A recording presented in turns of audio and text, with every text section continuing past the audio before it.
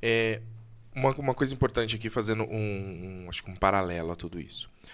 O onboarding. O onboarding, se a gente for fazer uma tradução, é como você entrar a bordo. Subir no Né? avião. Então você entrou no avião, você entrou num barco, você está a bordo. Né? A partir do momento que você entrou, deixou de ser o processo de entrar e você já está lá dentro. Então o onboarding acaba. Mas se eu estou falando que o onboarding ele me cria um cronograma, ele me cria todo uma timeline, onde nessa timeline eu digo, nesse momento eu tenho tal coisa, depois eu tenho outra coisa, depois eu tenho outra coisa, depois eu tenho outra coisa. Eu posso ter um ciclo que revisita tudo isso. Eu posso ter algo que depois vai ser utilizado para um acompanhamento contínuo, mas aí ou nós estamos falando de outra coisa, deixou de ser onboarding. Legal você falar disso. Eu queria retomar esse exemplo do onboarding que você estava falando e eu estava pensando. A gente entra no avião, a gente está passando pelo onboarding. Mesmo depois que a gente entrou no avião, o que acontece? Tem o procedimento padrão. Então, fecha a janela, sobe a mesinha, mesa embaixo do banco. Depois disso, tem o quê? Informações de emergência. Uhum. A aeromoça vai lá na frente, fala a mesma coisa todo voo. Depois que começam as personalizações. Então, aí eu vou te oferecer uma bebida, você pede o que você quer. Vai chegar a janta, Perfeito. você pede o que você quer. Então, a gente tem acho que Gostaria é muito legal disso. Em todo serviço a gente tem um setup inicial, padrão, e depois vem uma parte personalizada para o cliente se sentir diferente. Isso é muito Mas legal. aí você já está no caminho. Está no caminho, exatamente. Já está ongoing. E é isso que acontece. No serviço, na prestação, e conversando com muitos parceiros, é muito nebuloso, e eu acho que isso é muito legal, e é o intuito, essa transição entre onboarding e ongoing. Não existe um momento exato onde acabou um e começa o outro. É difícil definir que o meu onboarding tem um fim e uma data. Uhum. Até porque essa data ela vai ser só nominal, porque depois que acabou o onboarding, continua da mesma forma. O que a gente estava fazendo, os projetos que a gente definiu e o cronograma, ele vai seguir.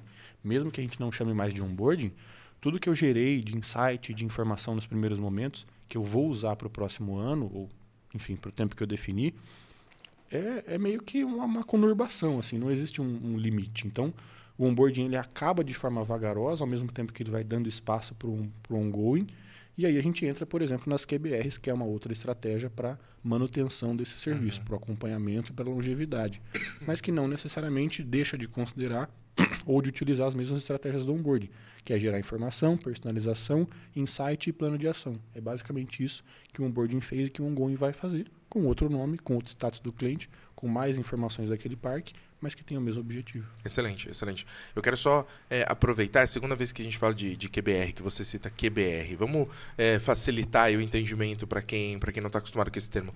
Normalmente a gente fala sempre sobre a importância de você ter reuniões com o seu cliente constantes. Essas reuniões, elas normalmente acontecem a cada 2, 3, 4 meses e precisa acontecer ao longo de todo o contrato, ao longo de toda a prestação de serviço. Nessas reuniões você vai revisar tudo o que foi feito, quais eram os planos para aquele período e já vai também estabelecer quais são os planos para o próximo período. Né? Então, podemos dizer que QBR, se a gente fosse fazer uma tradução literal, seria justamente essa reunião de negócio do trimestre, Isso certo? mesmo, né? isso aí. E essa reunião de negócio do trimestre é justamente essa reunião trimestral que a gente vem conversando há muito tempo, né? Só que QBR fica muito mais prático, né, da gente descrever. Só para quem não conhece esse termo, a gente faz esse parêntese aqui. Inclusive, falando com o Stefan esses dias, ele disse que QBR não é uma prática exclusiva do prestador para o cliente final, né? Às vezes as próprias empresas internamente têm QBR. Se colocar Enable tem QBR todo o tempo todo. Então isso é muito, muito interessante. Mas a QBR nada mais é do que a gente utilizar das mesmas estratégias do onboarding. E que inclusive muita gente fala, poxa, eu tenho dificuldade de gerar engajamento em QBR, é difícil fazer o cliente comparecer em reunião trimestral, o cara já nem leu um e-mail meu, quanto mais disponibilizar um tempo.